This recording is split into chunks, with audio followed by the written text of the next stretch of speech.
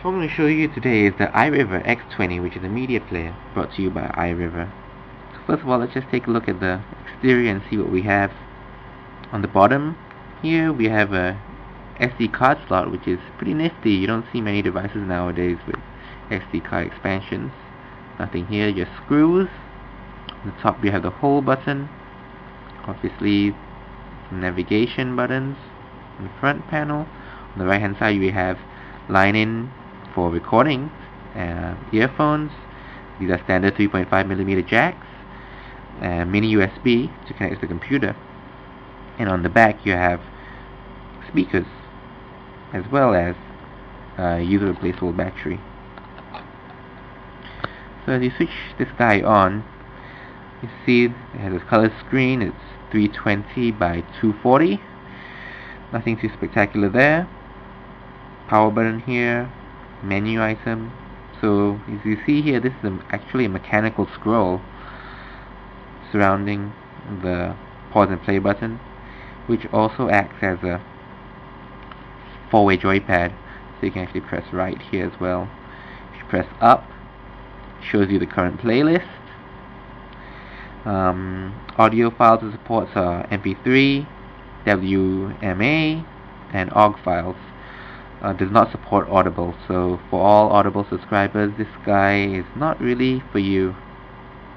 For videos, it supports AVI, supports WMV, encoded in AVI files are encoded as XBit or DivX. Supports MPEG-4 as well as WMV files. Pictures, it supports JPEGs, I believe. I'm not too sure what other file formats it supports. Recordings, you can actually record through the line in here. You can record through the microphone, and you can even record the FM radio that's included in this guy. These are nice features that you don't really have in typical media players nowadays.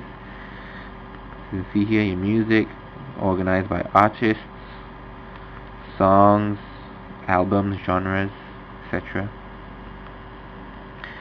So a few things great about this guy. First of all, I love the line-in recording. That's what I got it for, to record church sermons. Another great thing is you can actually browse the file structure of the device. So as you can see, it is internal. If you were to have a SD card, it will show another entry for the SD card files. If you go internal, you can actually see the file structure within this guy, and through this you can actually create playlists on the fly. So let's just go down to CNET here. So if I press the play pause button, I can actually add this file to the current playlist, or I can add all files in this folder to the current playlist. So it's a cool feature that you can get. Okay, so a few annoyances that I have with this guy is, first of all, play mode settings. When I listen to podcasts, I want it to play sequentially, file by file. When I want to play music, I want to play it on shuffle mode. And the only way to do that, to toggle between the play modes, is to go to settings, sounds, and change the play mode from here. It's pretty troublesome and annoying, and I don't like it one bit. You see here in the settings menu, there's EQ, recording. You can select the recording source. You can set the recording quality.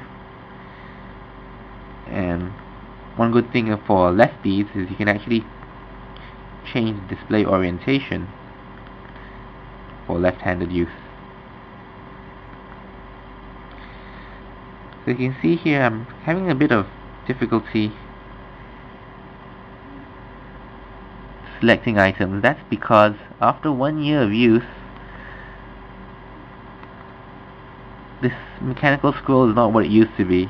So it makes things much harder to actually select items, and I don't think that's great after only 1 year of use. Also, another thing is SD card slot it doesn't work anymore. If I put a card in, it just can't recognize it. But when it did work, another thing to gripe about is that if you were to switch this guy on with an SD card in the slot, each time you switch it on, it tries to index all the files on the SD card slot in the SD card. So as you can see here, without the SD card, it takes about 5 seconds to switch on. If there was an SD card, it'll take about 10 seconds to actually switch on and be useful. Yeah. So supports videos. Another thing, the sound from the speakers isn't that loud.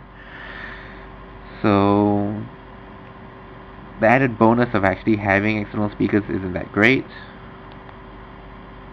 So video plays back pretty well.